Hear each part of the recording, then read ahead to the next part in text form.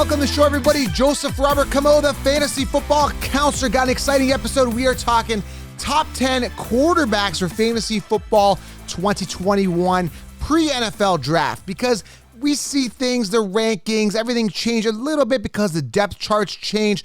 Rookies come in, things get adjusted after the NFL draft, so it may affect the rankings. Now, it may not affect the top 10 rankings, but I say pre-NFL draft just to be safe there in that case. Now, if you haven't checked it out yet, I just did the top 10 running backs. Go back and check that out. And the wide receivers. So I'm doing quarterbacks today.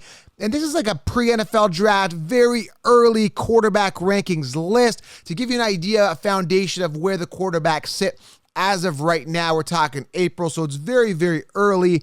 I'm going to dive into some quarterbacks, give you guys some reasoning on why I think so highly of them this early in the offseason. Excited to dive in. Before we get into that, guys, make sure you guys do smash thumbs up. Leave a comment below. Let me know what your thoughts are on this video. I want to make it super interactive, so a thumbs up really helps the channel. I appreciate it. And also, guys, get the 16-round draft solution. Draft kits are completely dead.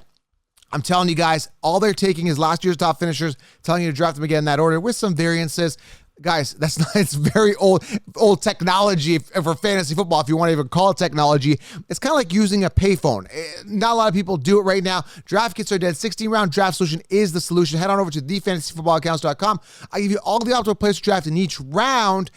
All guys in a video training. This is amazing. You can pre-order it right now. The first video and my first release of this comes out a week after the NFL draft, but you can sign in right now, get logged in, and get into 16 rounds right now. thefantasyfootballaccounts.com, link below, okay?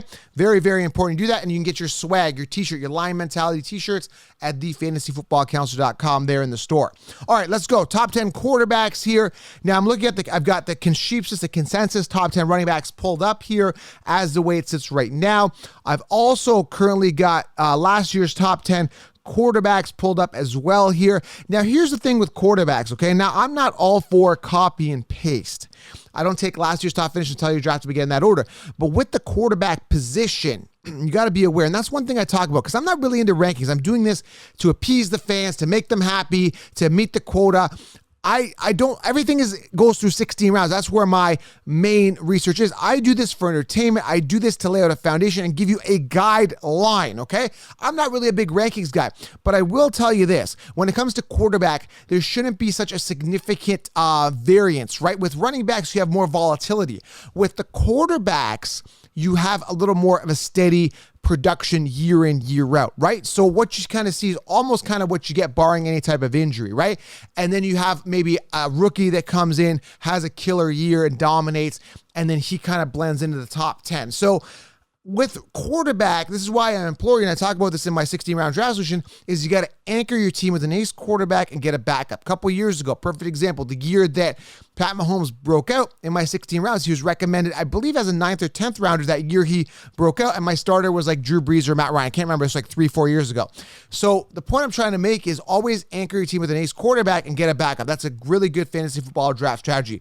So who I've got at number 10 here is Matt Ryan. Now, currently sitting, here's the crazy thing about Matt Ryan. Everybody's going to be sleeping on him. Finished 12th last year amongst quarterbacks, sitting 15th amongst quarterbacks right now on the consensus rankings, which is absolutely ludicrous because the mainstream actually have Julio Jones and Calvin Ridley in the top 12. Julio sitting 12th, I believe. Calvin Ridley is like, where's Calvin Ridley sitting? He's like 6th or 7th, but that's not the point. The point is, how can you rank two of the, two wide receivers that are going to do well in your rankings, yet you are down on Matt Ryan because he's the one throwing the ball. So that absolutely makes no sense. And Matt Ryan had a terrible year last year and still finished top 12 amongst quarterbacks, which is phenomenal. 26 touchdowns, 11 interceptions, could be better. 4,581 yards. Now, what I look at when I look at a quarterback is attempts. Number one attempts was 626th. That's what I like. I like a quarterback that throws a lot, throws for a lot of yards. Again, his touchdown to interception ratio, 26-11.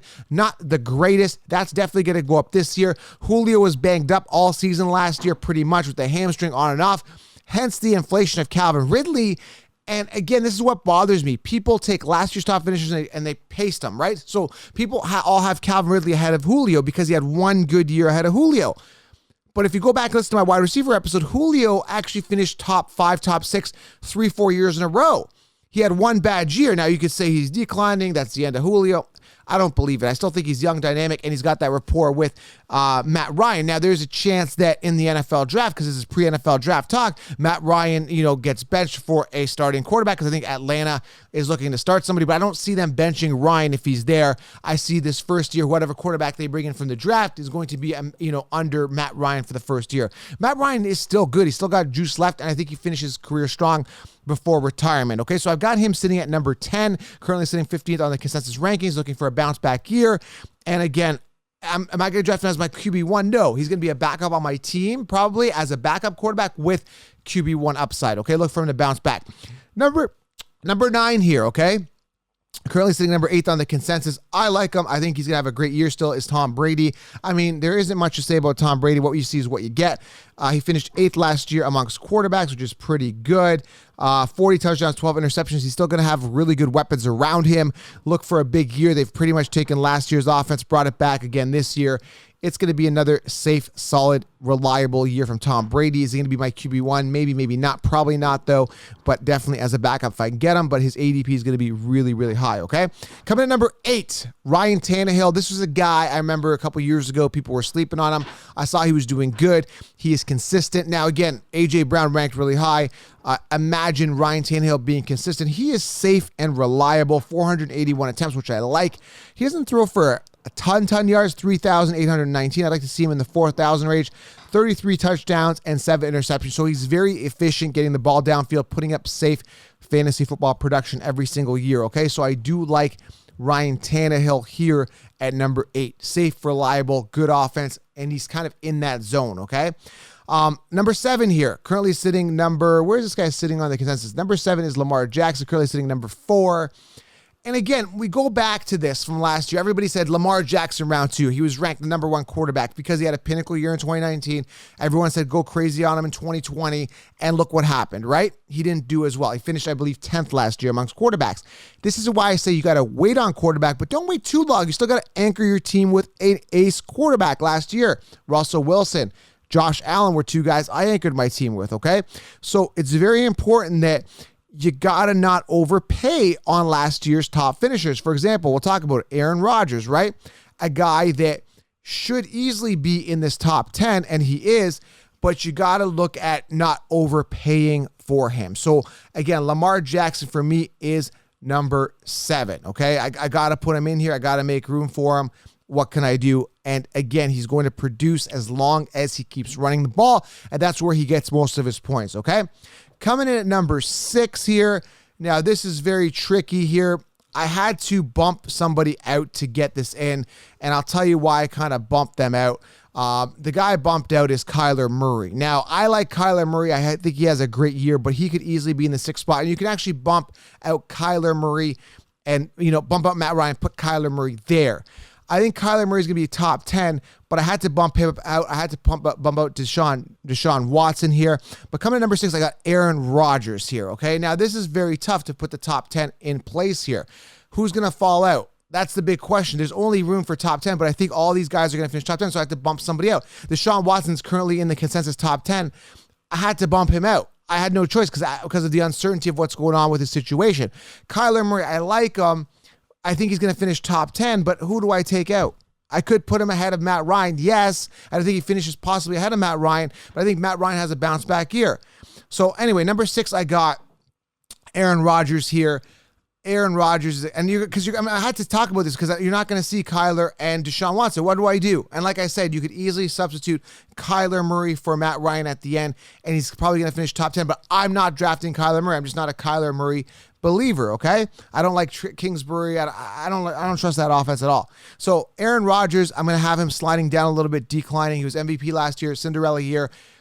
A decline is imminent, guys. He was so good last year. He's going to come down.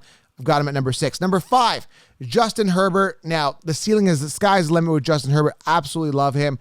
He finished last year at number 9. That's definitely going to go up. This was his rookie year. He's going to take a step up. They're going to build weapons around him. Love the upside. 4,336 yards his first year. 31 touchdowns, 10 interceptions. Not bad for his first year.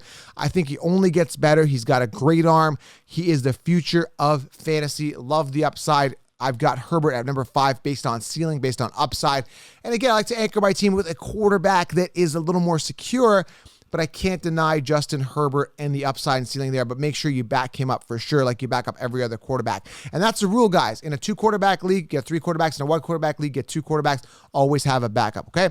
Coming at number 4, Russell Wilson, safe, reliable. You know it. I know it. We all know it. Lockett's got signed on to a big deal. Metcalf is there. Russell Wilson keeps flirting with the fact that he really wants Antonio Brown on the team. They're going to probably improve that O-line. He's been complaining about getting hit a lot. Russell Wilson, got to be number 4.